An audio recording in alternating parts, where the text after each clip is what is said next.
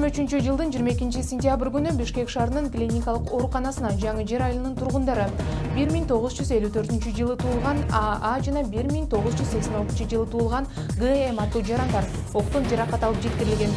Биринчисинин жансыз денеси жеткирилип, ал эми экинчиси кайра жандандыруу бөлүмүнө жаткырылган.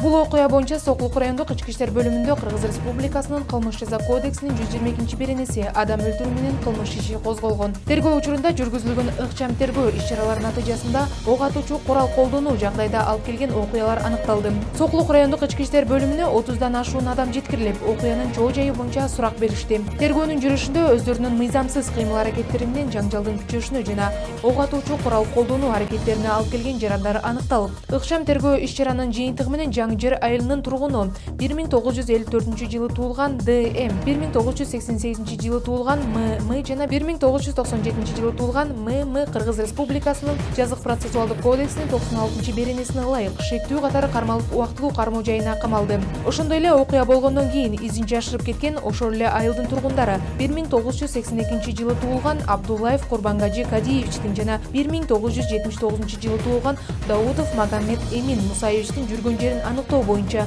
ыкчам издөө иш-чаралары жүргүзүлүүдө. Кылмыш иши боюнча тергөө уланууда.